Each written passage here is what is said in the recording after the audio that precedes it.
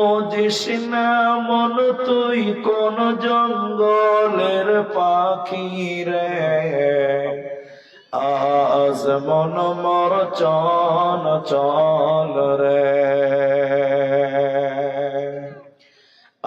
আজ মন মর চন চল রে ভাই, ঝরে দুটি আখি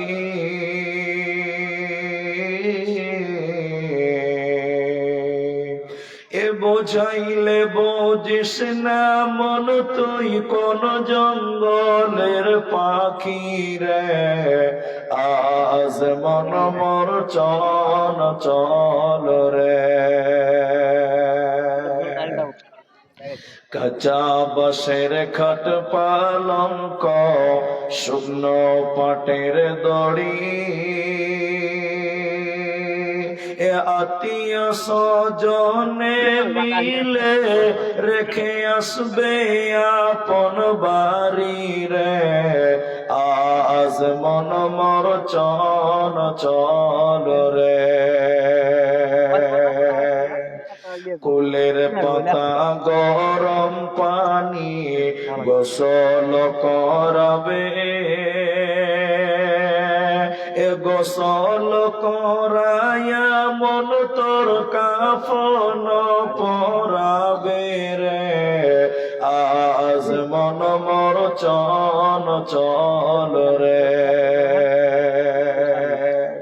কাফন পরায়া মন তোর খাটলে তুলিবে,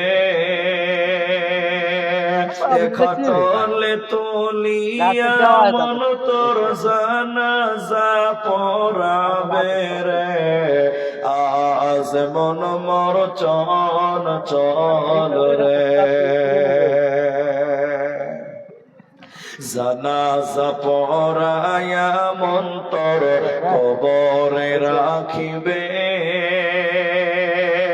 এমন কিরণাকির ফেরেশতা তখনই আসিবে রে, আজ মন মর চল চল রে, মন কিরণাকির ফেরেশতা তখনই জিগাবে,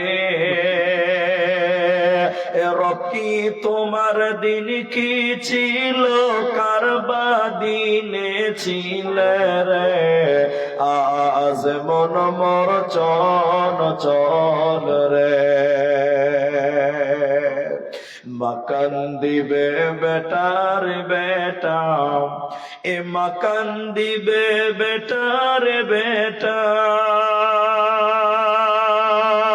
বোন কান দিবে ভাই রে, এ ঘরের বিবি সেও কান্দিবে আর তো কেহ নাই রে, আজ মন মর চল চল রে,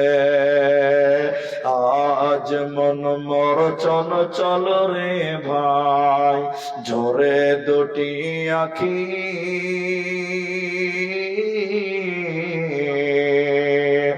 বোঝাইলে বুঝিস না মন তুই কোন জঙ্গলের পাখি রে, আজ মন মর চল চল রে,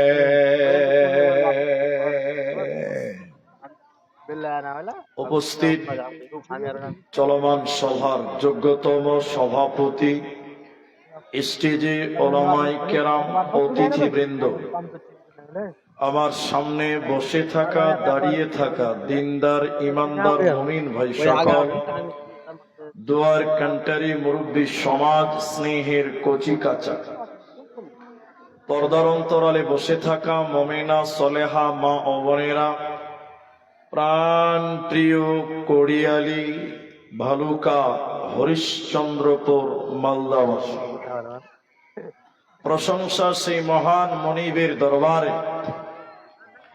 যিনি আমাদেরকে এক কবরস্থান কেন্দ্রিক আয়োজিত মাহফিলে বসিয়ে কোরআন এবং হাদিসের কথা বলা, আপনাদের শ্রবণ করা যিনি তৌফিক ইনায়াত করেছেন, সেই মহান মনিবের দরবারে শুকরিয়া জ্ঞাপন করি।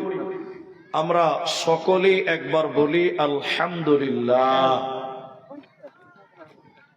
দরুদ ও সালাম বর্ষিত হোক সরকারে কায়নাত তাজদারে মাদানী নবী কুল শিরোমণি ইমামুল আম্বিয়া নবী মক্কি নবী মাদানী নবী আহমদ নবী মুহাম্মদুর রাসূলুল্লাহ। একবার বলুন সাল্লাল্লাহু আলাইহি ওয়াসাল্লাম।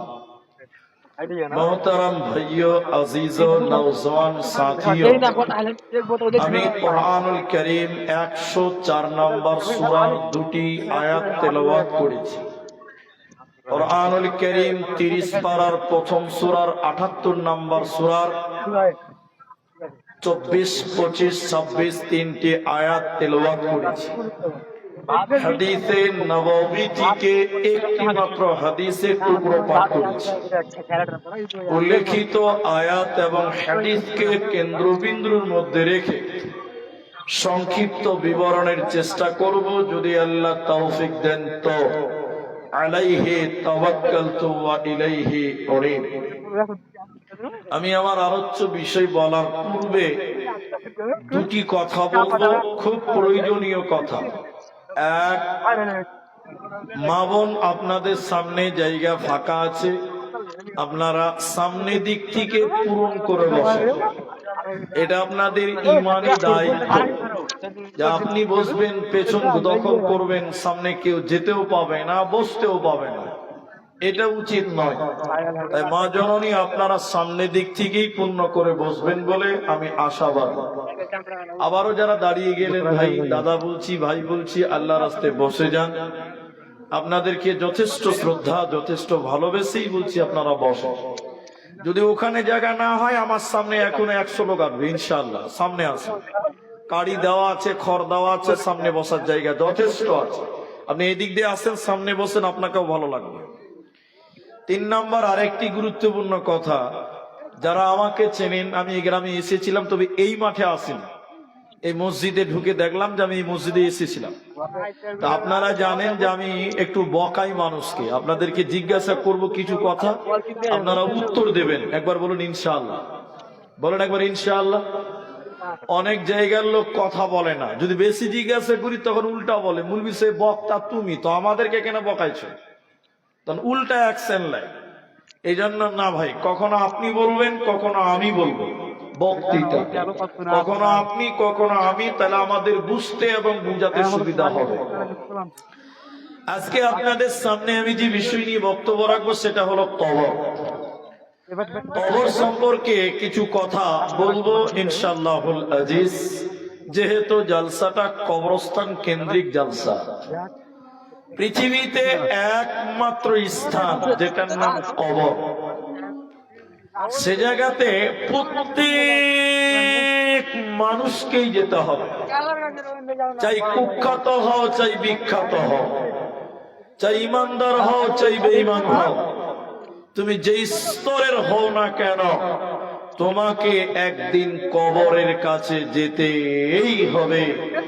কবরে যাবে না এরকম ক্ষমতা পৃথিবীর কারো বলেন নেই।